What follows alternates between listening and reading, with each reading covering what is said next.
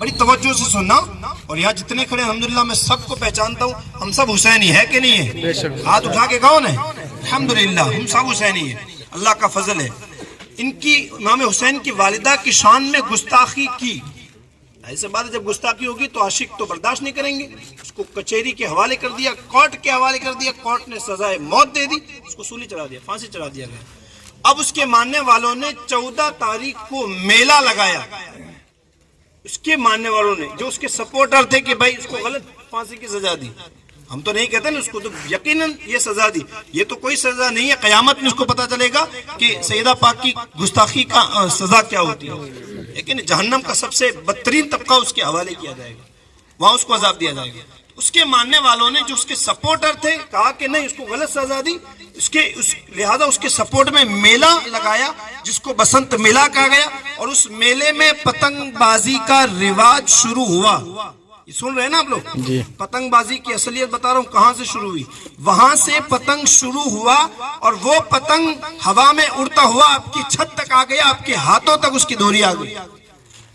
आप मोहर्रम में कहते हैं या हुसैन हम न थे, है ना, आपको मना किया जाता है कि भाई सीना मत कूटो, अपने बदन पर तलवार न चलाओ, ये हराम है, आप नहीं मानते हो, हराम करते हो, क्यों? इमाम हुसैन की मोहब्बत है, हालांकि मोहब्बत में हराम करने की हरगिज़ से इजाजत नहीं है, मगर मैं आपसे ये पूछता हूँ कि आप इमाम हुसैन की मोहब्बत में अपने सीने पर तलवार मारने को तैयार हो कि इमाम हुसैन की माँ की गुस्ताखी करने वाले की याद में जो है मनाने के लिए जो पतंगबाजी शुरू की गई, उस पतंग की डोरी को छोड़ने के लिए तैयार नहीं हो?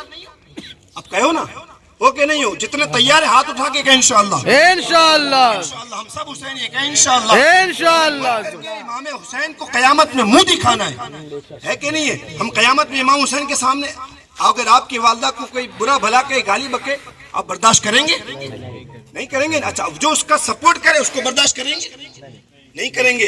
आप गौर तो करो, इमाम हुसैन की वालिदा की गुस्ताखी करने वाले की याद हम छतों पर चढ़ चढ़ के, अच्छा मुफ्त में भी नहीं, पैसा दे दे करके, अपना वक्त बर्बाद कर करके, और फिर अल्लाह बचाए कैसी कि अपने घर की औरतों को भी छत पर ले जाने की, कैफे बजाने की, और अल्लाह की पनाह लोग फजर में अजान होती है, हय्या अला सलाह, हय्या अला सलाह 2 बार, आओ नमाज की तरफ 2 बार, आओ कामयाबी की तरफ 2 बार, अजान में 4 बार आओ आओ बुलाया जाता है, इकामत में फिर 4 बार बुलाया जाता है। उसके बावजूद उठाने के लिए सदाए मदीना देने के लिए लोग आते हैं कि उठो फजर का वक्त हो गया, हम नहीं उठते। और शर्म की बात यह है कि उत्तरायण के दिन लोग अजान से पहले छतों पर ठंडी में चढ़ जाते हैं और टैप बजाते हैं। अल्लाहु अकबर। मैं कहता हूँ कयामत में इमाम हुसैन को क्या मुंह दिखाओगे और रसूलुल्लाह को क्या मुंह दिखाओगे कि मेरे नबी ने फरमाया जिसने फातिमा को इज्जत दी उसने मुझे इज्जत दी, उसने मुझे तकलीफ पहुंचाई, और जो नबी को तकलीफ पहुंचाए वो यकीनन जहन्नमी है, बेईमान है तो यकीनन जहन्नमी है।